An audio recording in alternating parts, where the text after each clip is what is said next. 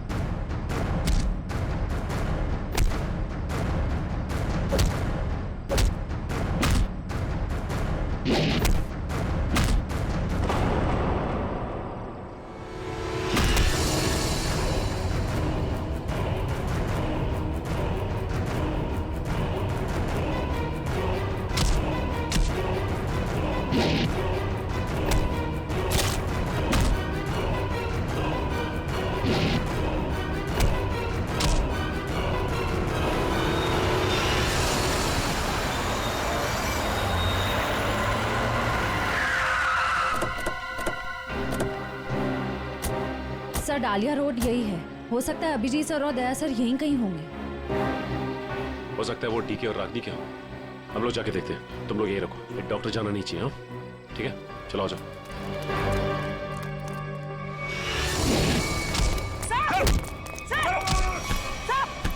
Abhijit sir, क्या कर रहे हो आप लोग? सर, क्या कर रहे हो आप लोग? संभालो। क्या कर रहे हो? अभिजीत सर, सर क्या कर रहे हो? प्लीज, नहीं सर। चल जल्दी, चल। एग्जिट रोड दे जल्दी। संभालो।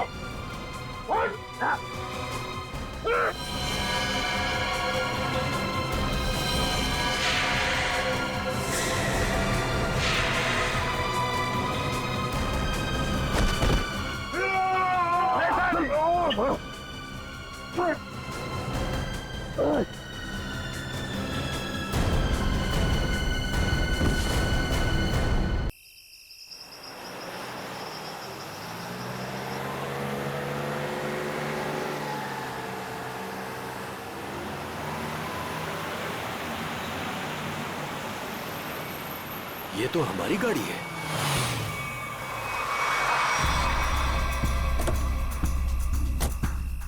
ये तो टीना और आकाश की गाड़ी है। Oh my God! आकाश, टीना, बच्चे नहीं है। मैं एक बार फिर से फोन करता हूँ। गाड़ी यहीं पर है तो दोनों बच्चे भी यहीं पर होने चाहिए। कैसे डरावनी जगह है, कितना घना जंगल है ये। पता नहीं टीना और आकाश को यहाँ गाड़ी रोकने की क्या जरूरत थी। दोनों में से किसी का भी फोन नहीं लग रहा है। लूटपाट का मामला तो नहीं लगता है भाई साहब।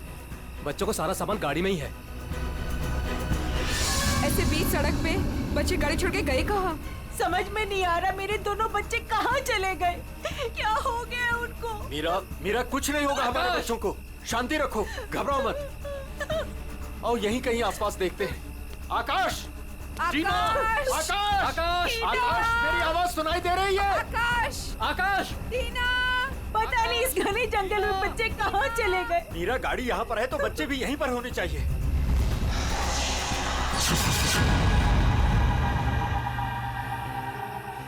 भाई साहब, कहीं कोई कुछ भी नहीं है वहाँ। यहाँ पर भी नजर नहीं आ रहा है। सन्नाटा। चुप हो जा।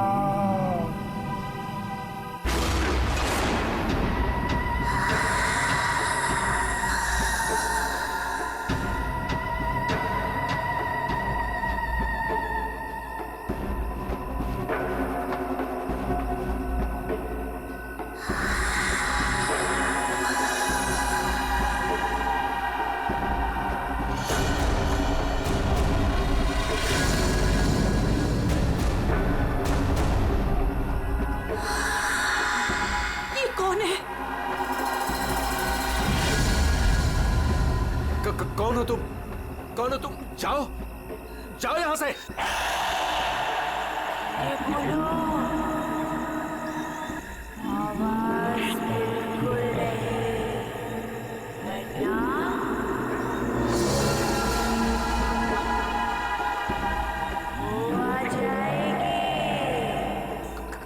कौन आ जाएगी?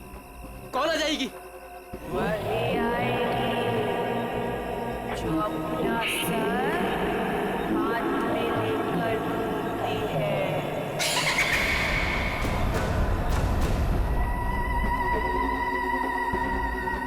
आ जाएगी। चलो कौन है? जल्दी चलो गाड़ी में बैठो जल्दी।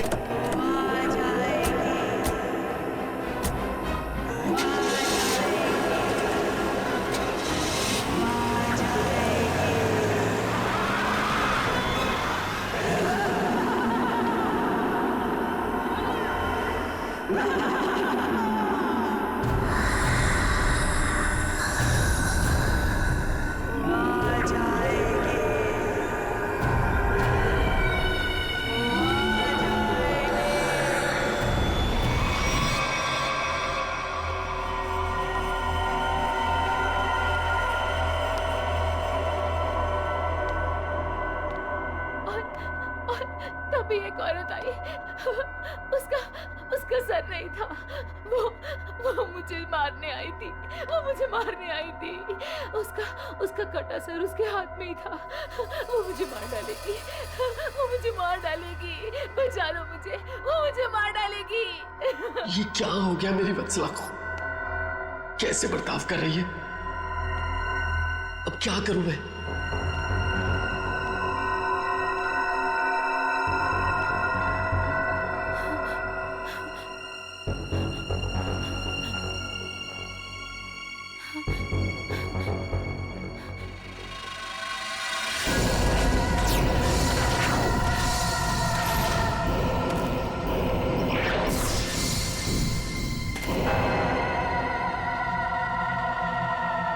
सर,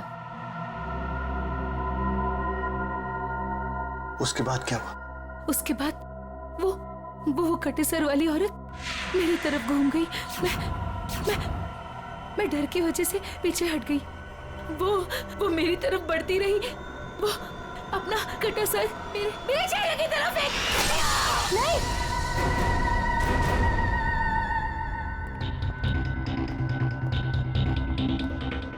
डॉक्टर साहब, क्या हुआ है मेरी वाइफ को? मिस्टर नमित, देखिए ना डॉक्टर साहब के साथ क्या किया वत्सला जी ने। 10 इंजेक्शन दे चुका हूँ शांत करने के लिए, लेकिन कोई असर ही नहीं हो रहा। लेकिन हुआ क्या है वत्सला को? इनका दिमाग एक सरकटी औरत के बारे में सोच रहा है। उसकी चाल टाल, उसका रवैया और पता नहीं क्या क्या इसके दिमाग में घुस गया है। Oh my God! डॉक्टर साहब, मेरी वाइफ ठीक तो हो जाएगी ना? कुछ कह नहीं सकते, लेकिन ये चेंजेस आपने इनमें कब महसूस की? कल रात वत्सला की गाड़ी दहलिया रोड पे खराब हो गई थी। मैं इसे लेने वहां गया, तब से इसकी हालत ऐसी है। देखिए मिस्टर नमित, इनकी हालत बहुत नाजुक है। मेरी मानिए तो इन्हें फौरन हॉस्पिटल में एडमिट कर दीजिए। सर, मुझे तो लगता है कि वत्सला जी के साथ जो कुछ भी हुआ है ना, दहलिया रोड पे ही हुआ है। श्रवण, हमने कहीं वहां से आकर कुछ गलती तो नहीं की ना? अब हमारे बच्चे कैसे मिलेंगे? मुझे तो लगता है उस खूनी औरत ने कुछ कर दिया है टीना और आकाश को। भाई साहब, मुझे लगता है कंप्लेंट लिखवा देनी चाहिए। पता नहीं बच्चे किस हाल में होंगे। उमेश, मैं तो कहता हूँ हमें सीआईडी को फोन करना चाहिए। मैं करता हूँ भाई साहब।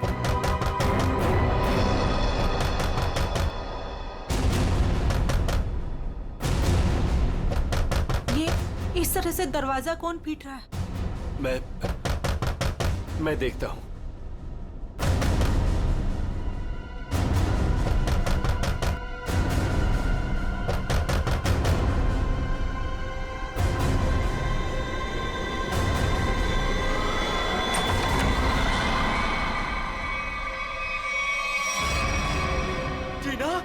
टीना बेटा, टीना!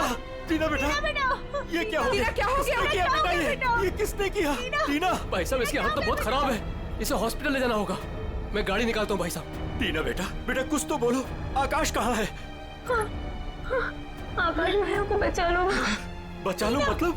क्या हुआ है आकाश को? टीना बेटा, टीना, टीना आंखें खोलो बेटा, आंखें खोलो बेटा, आंखें बंद मत कर बेटा। टीना क्या हुआ तुम्हें? वो गाड़ी हमें रोक रही है माँ।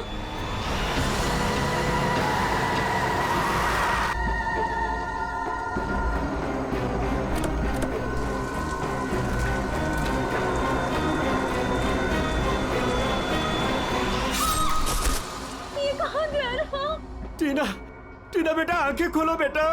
टीना, तुम हमें छोड़ के नहीं जा सकती।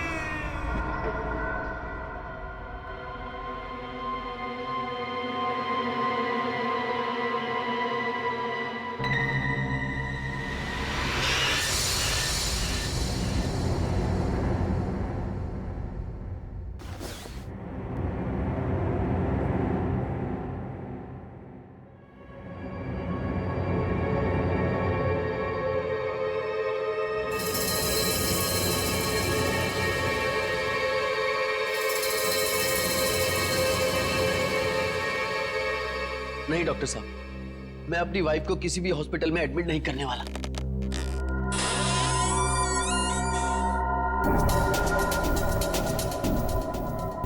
आपसे पहले भी 4 और डॉक्टरों ने मुझे यही एडवाइस दिया। अब मेरी वत्सला का इलाज मेरे घर पर ही कीजिए ना डॉक्टर साहब।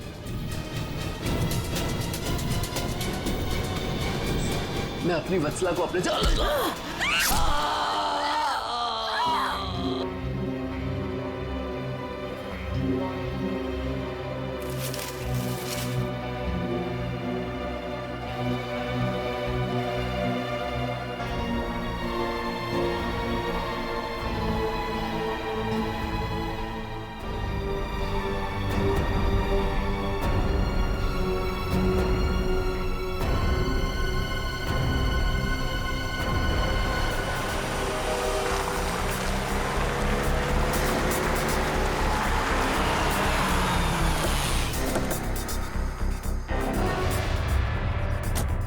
आइए इस तरफ, यहाँ पर आइए, यही घर है ये।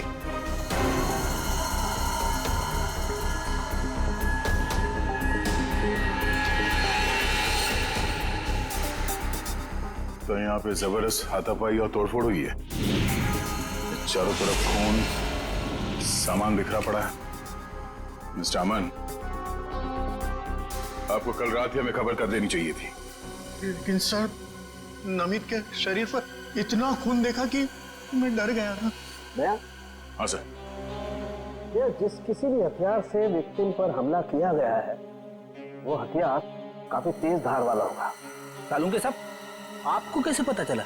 ये देखो, ये छोटी छोटी बूंदें देख रहे हो खून की, ये एक धार में सीधी। ऐसा लगता है किसी चाकू या छोटे खंजर का इस्तेमाल किया गया है। पता नहीं जिसको भी इसने मारा है वो जिंदा है या नहीं। और ये खून से सने हुए पांव के निशान तो घर के अंदर की तरफ जा रहे हैं। तो यहाँ पर नमित के अलावा कोई और भी रहता है क्या? हाँ, उसकी वाइफ। ओह माय गॉड, उससे तो कुछ नहीं हो गया। भाभी जी, देखो सर।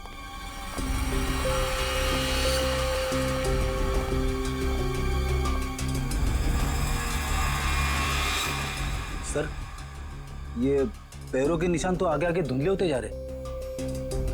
एक काम करो, इस कमरे को चेक करो।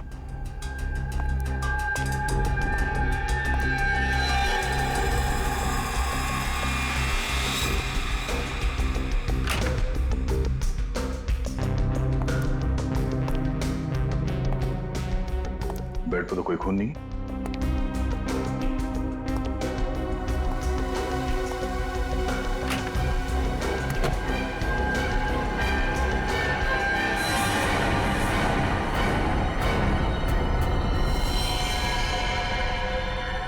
कौन हो तुम? बाहर आओ। बाहर आओ।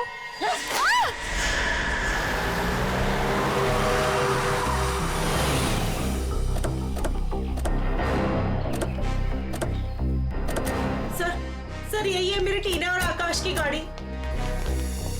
यहीं पर मेरे बच्चों पे वो मुसीबत आई थी।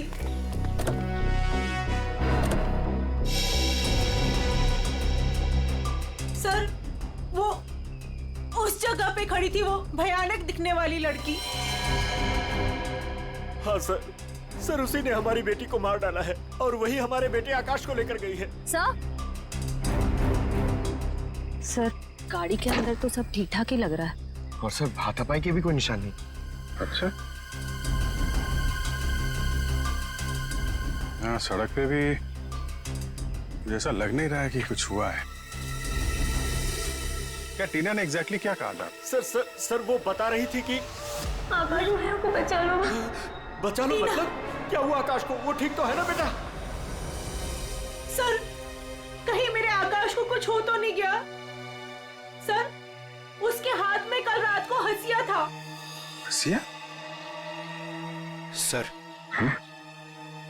हो सकता है कि शायद आकाश अभी भी उस औरत के कब्जे में हो और टीना किसी भी तरीके से वहां से भाग गई हो सकता है। वो जो कोई भी लड़की है शायद आकाश को जंगल में ही ले गई होगी। हाँ सर, हो सकता है आकाश अभी तक जंगल में ही हो। चल के देख लेते हैं। सर हम भी चलते हैं आपके साथ। नहीं, आप लोग यहीं रुकिए, जंगल थोड़ा खतरनाक है। एक्चुअली आप लोग घर जाइए, कुछ भी पता चलता आपको फोन कर देंगे। ओके? ठीक है सर।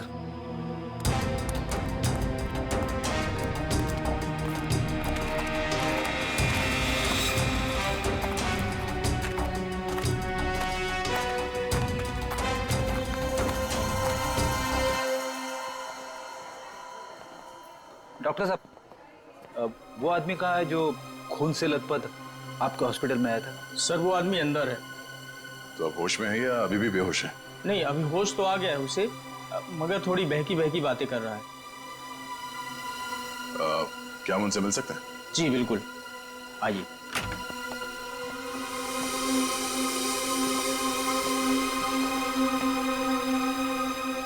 नमित,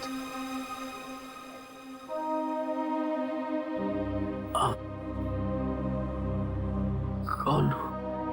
हम लोग सीआईडी से हैं। क्या तुम बता सकते हो कि ये तुम्हारे साथ कैसे हुआ? मार डाला मुझे। मेरी वत्सला ने मुझे मार डाला। पूछिए अमन से। मुझे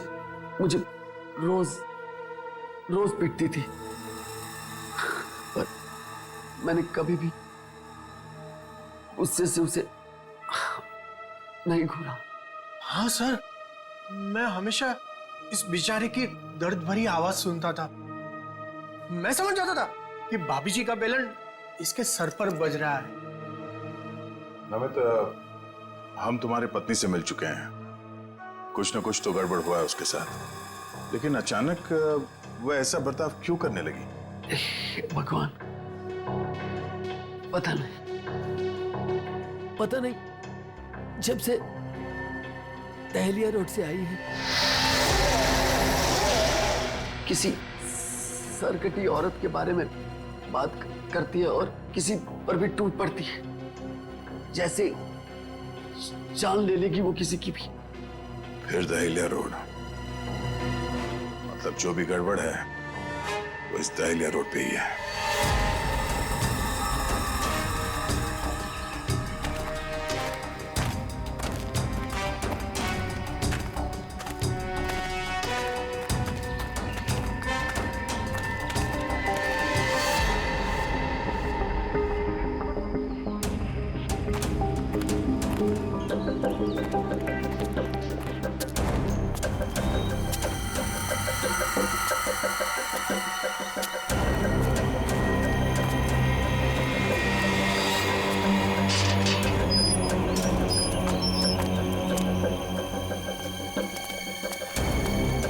ये तो बिल्कुल हॉरर फिल्म की तरह बंगला है, जंगल के बीच में इतना सुनसान।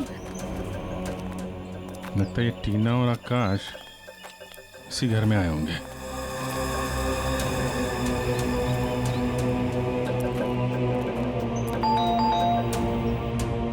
ज्यादा फिल्में मत देखा करो।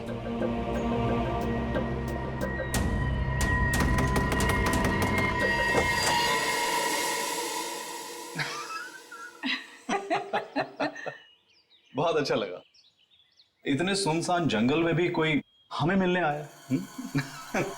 एनीवेज, मेरा नाम डीके है और ये मेरी धर्म पत्नी रागिनी। अरे आइए ना आप लोग, अंदर आइए, बाहर क्यों खड़े हैं? प्लीज आइए आइए आइए। सर ये लोग तो बहुत अजीब हैं। ये तो हम लोग से ऐसे बात कर रहे जैसे हम लोग इनके रिश्तेदार हैं। काफी अच्छा घर है। Thank you. आसपास दूसरा कोई घर नहीं दिख रहा है, तो इतने सुनसान जंगल में आपने घर बनाया है। बनाया नहीं है सर, खरीदा है। वो क्या है ना कि हम दोनों पति पत्नी एक कलाकार हैं और अपनी सोच के आकार को पूरा करने के लिए हमें शांति और एकांत की सख्त जरूरत रहती है। जी हाँ सर, यही हमारा घर भी है और हमारी दुनिया भी है। और हाँ, आपको एक बात और बताना चाहूंगा। हम लोग रहते जरूर इस सुनसान इलाके में हैं, लेकिन कला के क्षेत्र में हमारा बहुत बड़ा नाम है। अच्छा। कब खरीदा आपने ये घर? बहुत साल पहले खरीदा था। अब तो ध्यान भी नहीं है हमें कि कब खरीदा था हमने। हाँ, ये तो याद होगा कि कल यहाँ पे कौन आया था। हाँ सर, बिल्कुल।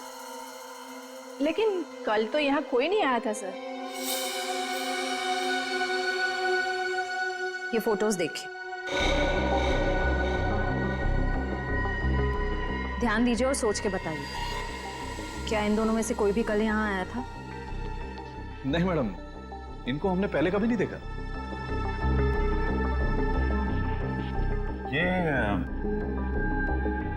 ये कौन है? ये हमारी बेटी अंशिता।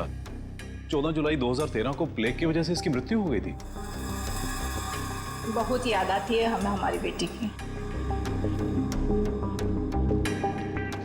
हम लोग आपसे कितने सारे सवाल पूछे जा रहे हैं, आप नहीं पूछेंगे कि हम लोग कौन हैं और क्यों इतने सारे सवाल कर रहे हैं आपसे? कौन है आप लोग, आप बता दीजिए।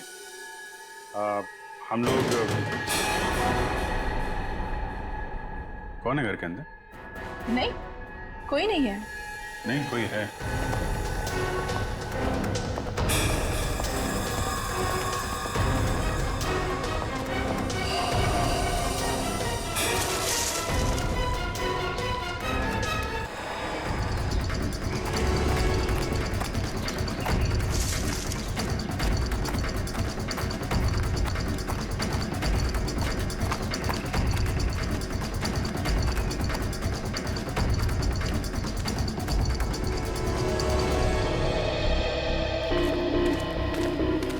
आया तो इस तरफ ही था। कहीं हमें देखकर छुप तो नहीं गया? हो सकता है आकाश भी उसी का साथी होगा शायद। देखते हैं।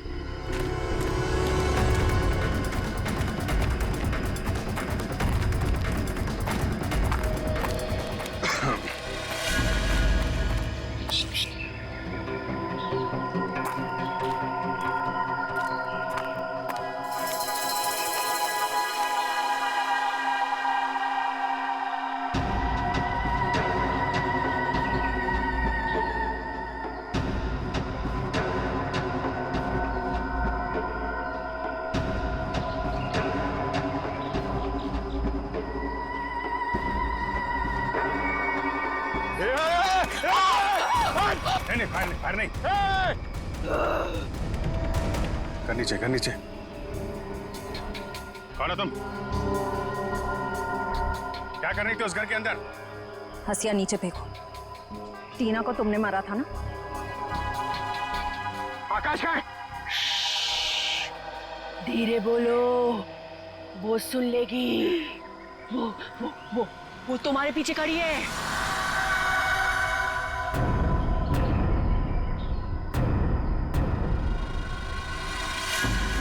कौन है हमारे पीछे? कोई नहीं है, लगता दिमाग हिला हुआ इसका। क्या दिखा रही है? कौन है पीछे? वो तुम्हारे पीछे बिना सर वाली औरत अपना सर हाथ में लेके दिखा रही है। सर, ये उस सिरकटी औरत की बात कर रही सर, वो वत्सला जैसी बातें कर रही है। हमारे पीछे कोई नहीं है। किसकी बात कर रही हो तुम? ऐसे नीचे करो, नीचे रखो। मैं मार दूंगी उसे, मैं मार दूंगी उसे, मैं मार दूंगी, मार दूंगी।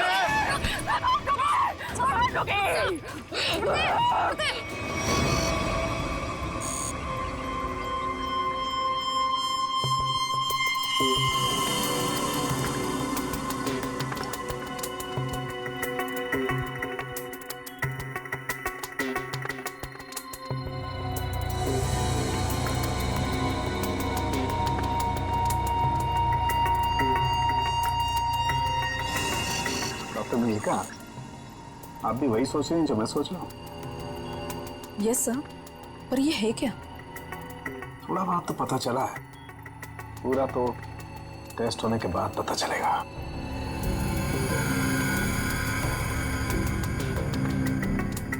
सर, मुझे लगता है कि आप ये कलर एरिया देख रहे हैं, ये ब्रेन टेल की नर्व्स की तरफ आ रहा है। इन दोनों औरतों के दिमाग के साथ छेड़छाड़ी की गई है।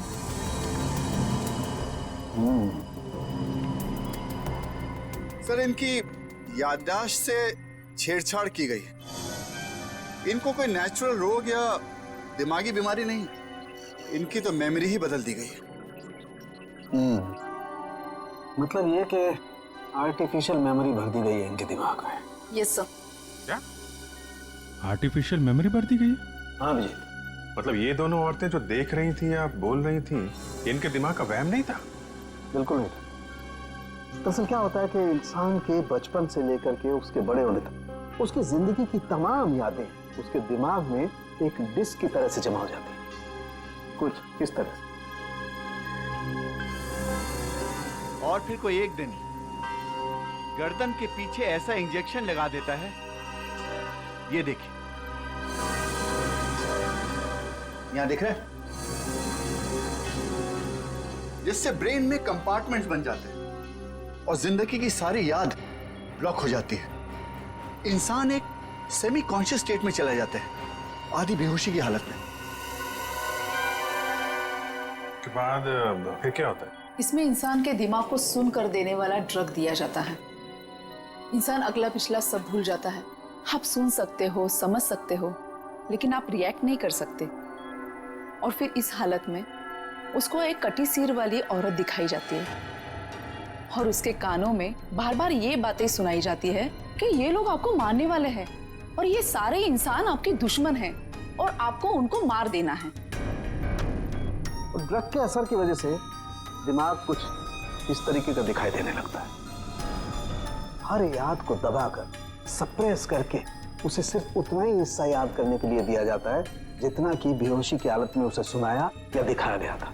सर, यानी कि इन दोनों औरतों ने सच में एक सरकटी औरत को देखा और होश में आने के बाद दोनों को सिर्फ उतना ही याद है। बिल्कुल।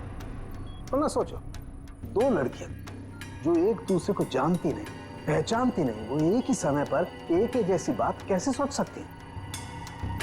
मतलब इनकी मेमोरीज को बदल दिया गया है। ड्रग्स कौन सा इस्तेमाल किया गया इनके ऊपर? डोडियन और हेपिस जैसे न्यूरॉन अफेक्टिंग ड्रग्स। ये ऐसी दवाइयाँ जो ब्रेन की मेमोरी लोकेशंस को नष्ट कर देती है। आपको ये भी याद नहीं रहेगा कि आप हैं कौन, और आपको उतना ही याद रहेगा जितना आपको बताया जाएगा। हमारे टेस्ट में भी काफी ऐसे ड्रग्स मिले हैं जो याददाश्त मिटाने के लिए काफी हैं। और हाँ, इन्हें हल्के इलेक्ट्रिक शॉक्स भी दिए गए। मुझे नहीं लगता ये लड़कियां कभी भी ठीक हो सकती, क्योंकि इस बीमारी का अभी तक कोई एंटीडोट इजाद नहीं हुआ है और हिप्नोसिस में महीनों लग जाएंगे। और फिर भी इस बात की गारंटी नहीं है कि इनकी खोई हुई मेमोरी इन्हें वापस मिल सकती है। अरे सर, ये सब सुन सुन के मेरा सर फटने लग रहा है। सर, आप मेरा ब्रेन मैपिंग कर लीजिए। डहलिया रोड के बंगले के मालिक डीके, रागनी और सड़क पे खड़ी उस लड़की का राज तो अब डहलिया रोड पे जाके ही पता चलेगा। तो थोड़ा घूम आते हैं डहलिया रोड।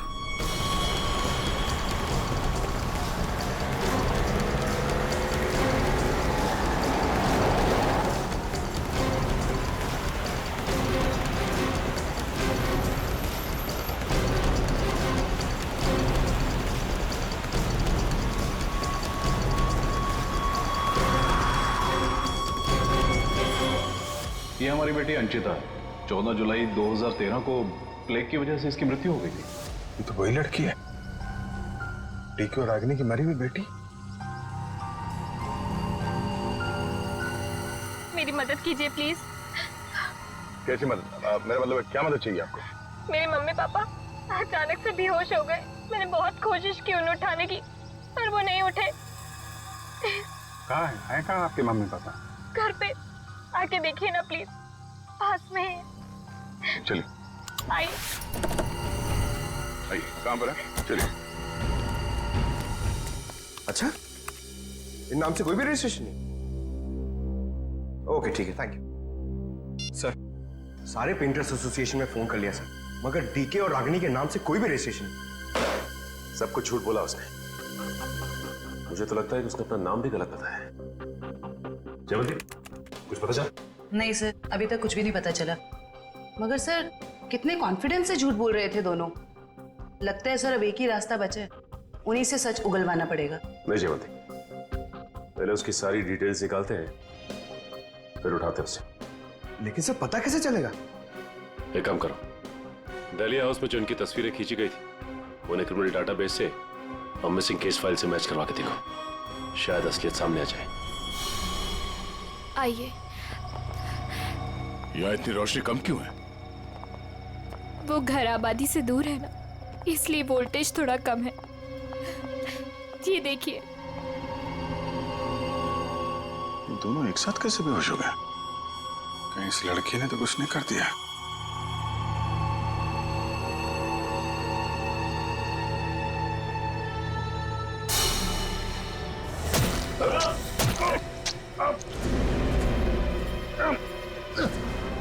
ठीक है।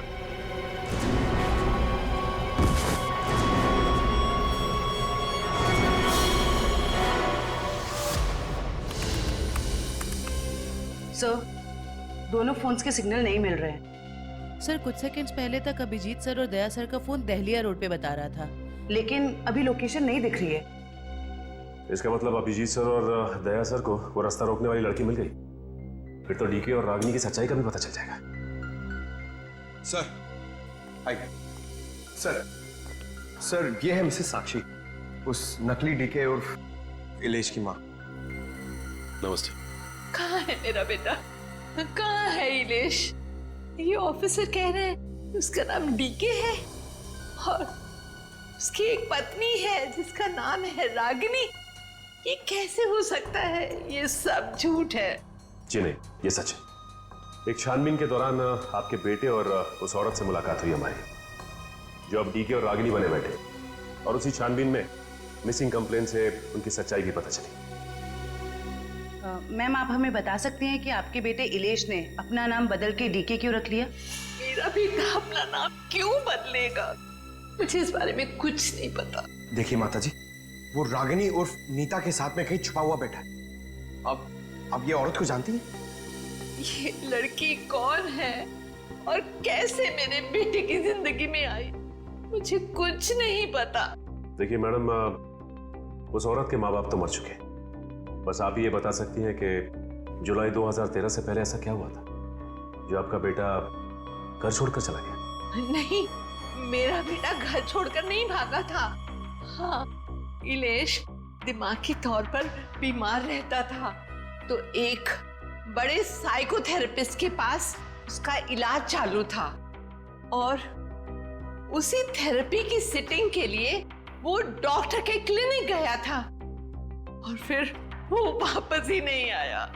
अच्छा मैम, ये बताइए कि नाम क्या है इस थेरेपी क्लिनिक के डॉक्टर का?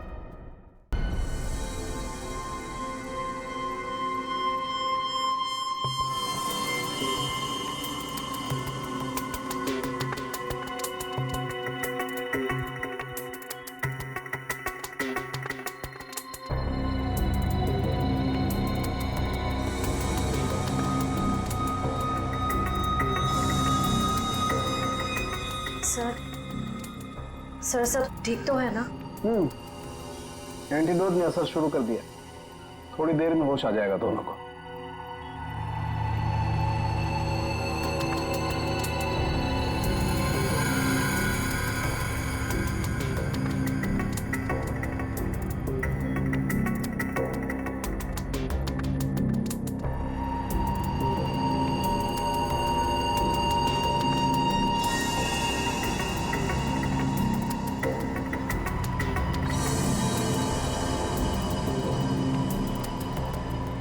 शुक्र मनाओ डॉक्टर सालुंके।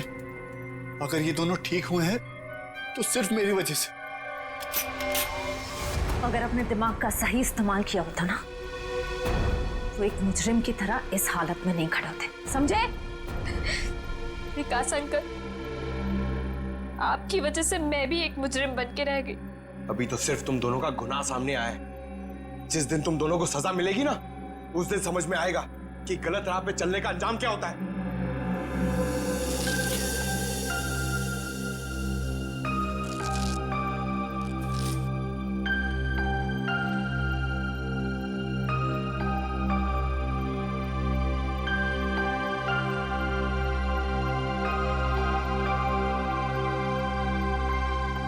हम ये दहलिया रोड वाले बंगले पे? नहीं यार, न्यूरो सेंटर में है भाई।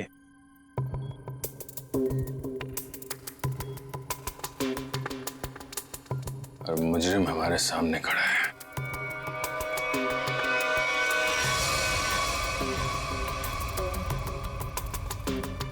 अच्छा एक बात बताओ, तुम्हें अभी वो कटे हुए सिर वाली औरत और वो भयानक आवाज से तुम ही सुने थे? सर वो तो उस वत्सला के दिमाग में था, और वो जंगल वाली लड़की के दिमाग में भी, वो जो हंसिया लेके घूम रहे थे।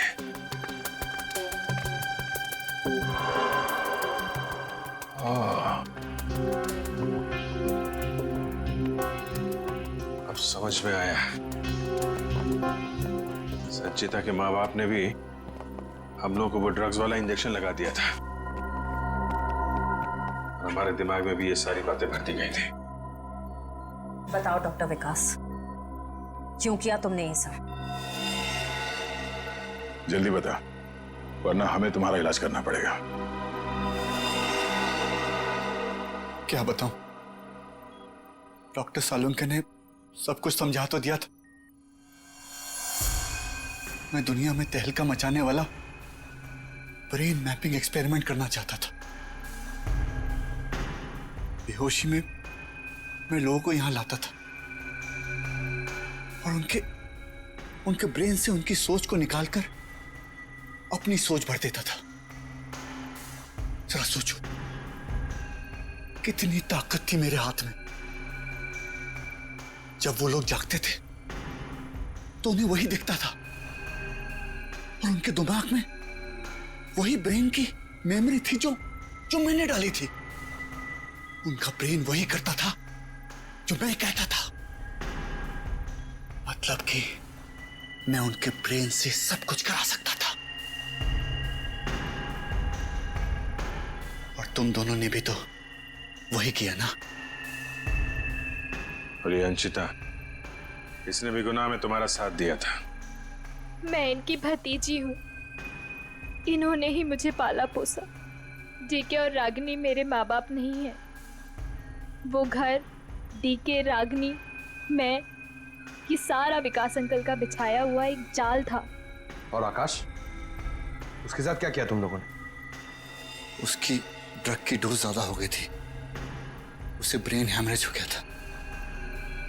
उसकी मौत का मुझे बहुत अफसोस है। तुम्हारे जैसा जीनियस डॉक्टर लोगों के दिमाग का गलत इस्तेमाल करने के चक्कर में गुनहगार बन गया। तुम्हारी खोज इंसानियत के खिलाफ है। कानून तुम्हें इसकी जरूर सजा देगा। शायद फांसी होगी तुम्हें।